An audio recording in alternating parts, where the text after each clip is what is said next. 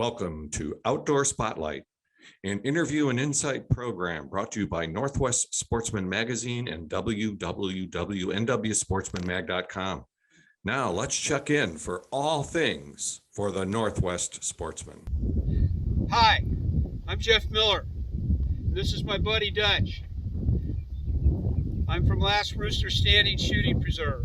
We'd like you to come and hunt with us and experience the difference in our habitat, our cover, our birds, our team of staff, and build some experiences. Well, good afternoon, everybody, or good morning, depending on your time zone and what you're up to. My name is Jim Clark, and we're here for another episode of Northwest Spotlight. Today, we really have kind of the honor to speak to Audie.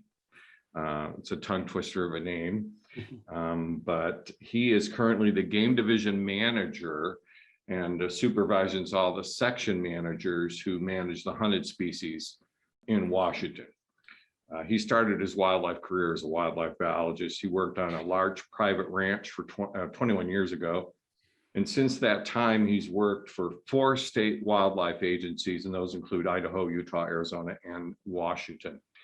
He's worked as a field biologist, and this includes small game waterfowl and carnivores. Welcome. Thanks for being with us today. You're welcome. Glad to be here. In your time here, what is the best part of your job?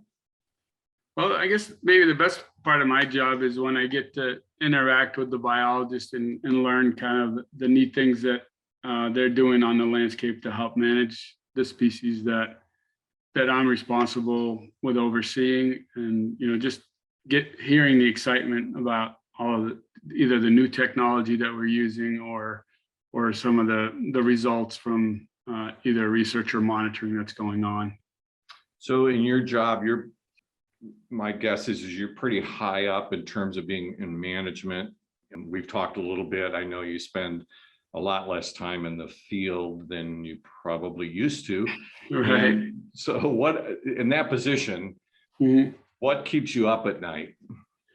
So I have to admit, I'm not the kind of guy that stays awake up at night thinking about things. I tend to be a little bit less high strung in that way, at least.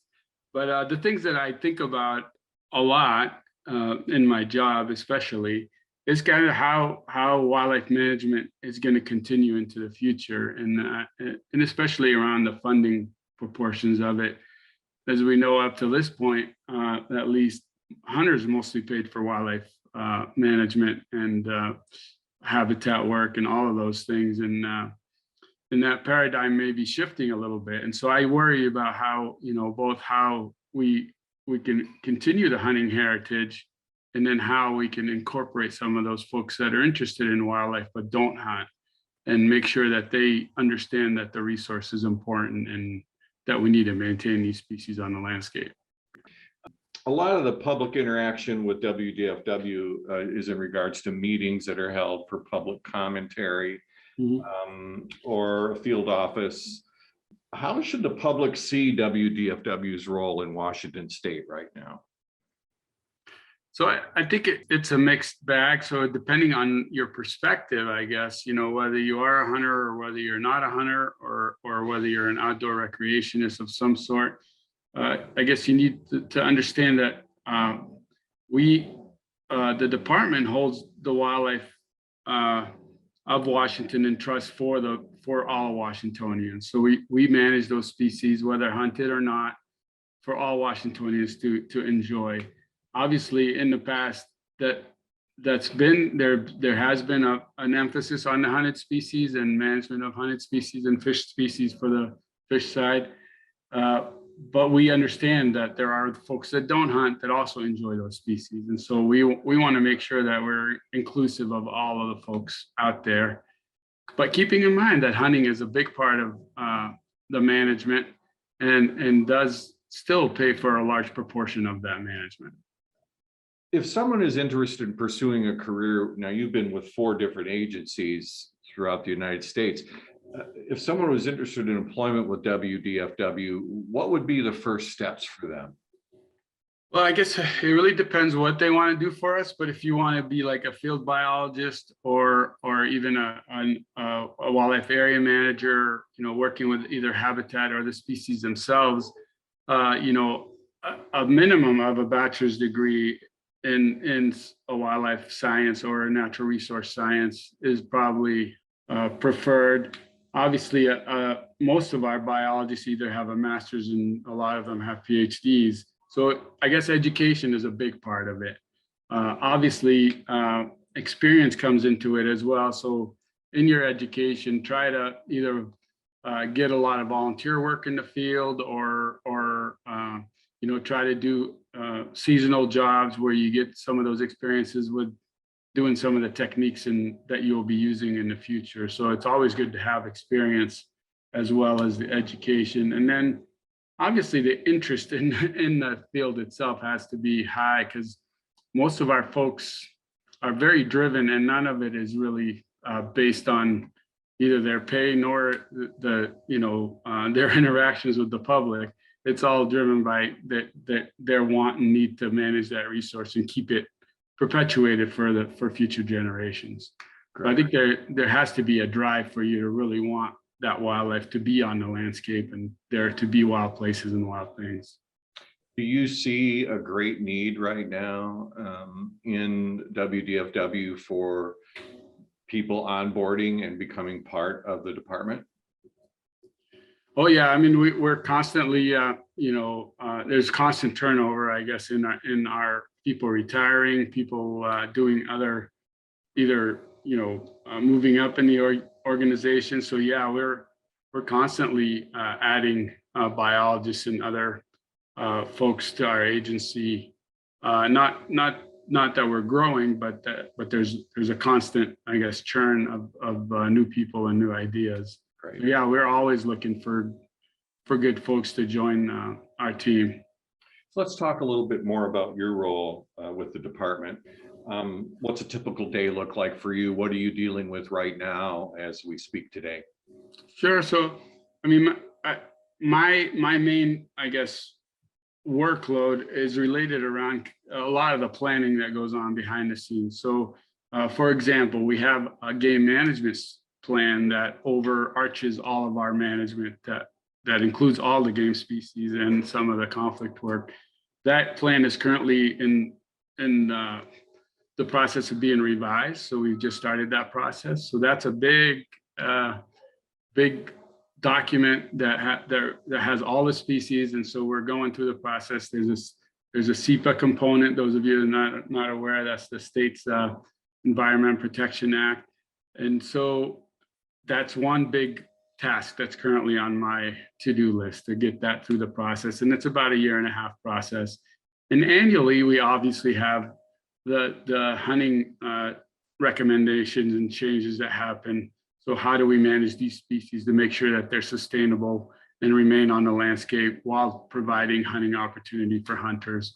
So that's an annual one. And then every 3 years, we have a 3-year season setting where we kind of take in ideas and incorporate them into our rules. So like maybe there's a new method of take or a newfangled thing that people want to put on their rifle or bow, and we need to make sure whether that's going to harm the resource or not. And so there's lots of things that we do in that sense. And obviously supervising the section managers which have those guilds of species. So we have like a section manager that has ungulates in there, and so I basically supervise those folks and make sure that the work is getting done in the field, that we're getting the correct information to manage those species. So it's a lot of things, and it's never the same every day. And some of it is reacting to public comment and public sentiment. So it's all over the board, and there is no typical day really. Which for some people makes it exciting. Yeah, and it does for me as well. That is a part that I enjoy about it. So when we talk about partridge hunting, specifically partridge in Washington state, what species of partridge are available right now in the state of Washington? Sure. So in Washington, we have two species that we hunt, the chucker partridge and the gray partridge, or some people call it Hungarian partridge. So those two species are both introduced species. They were not native to Washington or the US for that matter. They were introduced a long time ago, and they have become a part of the landscape. So we don't currently supplement or augment any of these species. They are naturally occurring on the landscape and self-sustaining. So the checker partridge is basically native to Asia and Eurasia, the Middle East. That's where that species kind of originated.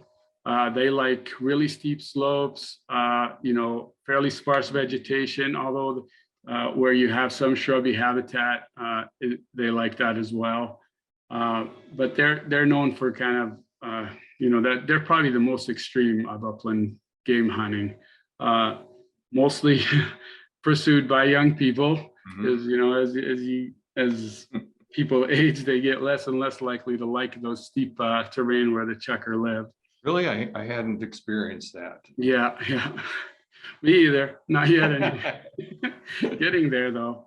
And then the gray partridge, or the Hungarian partridge, is also kind of in that Eurasia, Europe interface, and they mostly are in that intermediate between kind of what you would call prairie and what you would call maybe the checker habitat. So they like a little bit thicker cover. They are oftentimes associated with agricultural fields.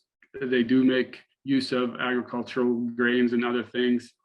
So they're that type. And they, in Washington anyway, they tend to be a little bit rarer than the checker partridge and a more patchy distribution, because they require a little bit more productive habitat. So more forbs, more grains, where the checker can make a living off of cheatgrass almost exclusively. So what are the partridge numbers like right now in the state of Washington? So they're fairly cyclic, which is what you expect with kind of this an upland game bird, where they have kind of what they call eruptive reproductive cycles. So when things are good, they put out a lot of babies. When things are bad, you have the adults just surviving from year to year. So you do see kind of boom and bust populations. The last couple of years for checker have been really good. I think this year is a down year. We had a really dry summer, and that affects kind of the reproductive rates of those species. And similarly with Huns, they kind of follow the same patterns, but they're not as eruptive as checker. I think checker have a higher reproductive rate when it comes to those good years. And so they can put out sometimes 2 clutches in a year and have, up to, 7 or 8 chicks per hen per brood. So you can see how that can multiply through time. And they're not very long-lived species, so that's why you kind of see those cycles. Okay. And a lot of people, when they hear the word chucker, if they've spent any time, let's say pheasant hunting on a planted facility, the chucker option's always there. Is that the type of chucker that we see in the field here in Washington, or is that a different bird entirely? Oh, different bird entirely. So chucker in chucker habitat and chucker in a planted field is a totally different animal. Checker in a planted field, because they don't have that escape terrain of the steep, basically hold still and are really, really, that if you were using a pointing dog, they're going to stay there until you come up and ride on them. In their real habitat, the steep country that they live in naturally, they're basically a lot of times their main way of escaping is running up a hill and then flying across the canyon to the next hill. And so they're not sitting still and waiting for a person to walk up on them. Obviously they do, if most people hunt them with some sort of dog, mostly pointing dogs. Yeah. Oftentimes the dogs are good at getting them to stay still. And there's lots of tricks that people use. Some people even use kites and things like that to mimic a bird of prey, to keep them kind of at bay, but Let me I've stop seen you that. there for a second. Did you say that people are using kites Yeah, I've seen that in before. their hunting experiences? Yeah. So it's like, you know, they'll put a kite up if they know there's like they know it's an area they've hunted a lot and they know there's coveys there. That keeps them a little bit from running. And those are extreme situations and folks that have hunted a lot, but in like a specific area.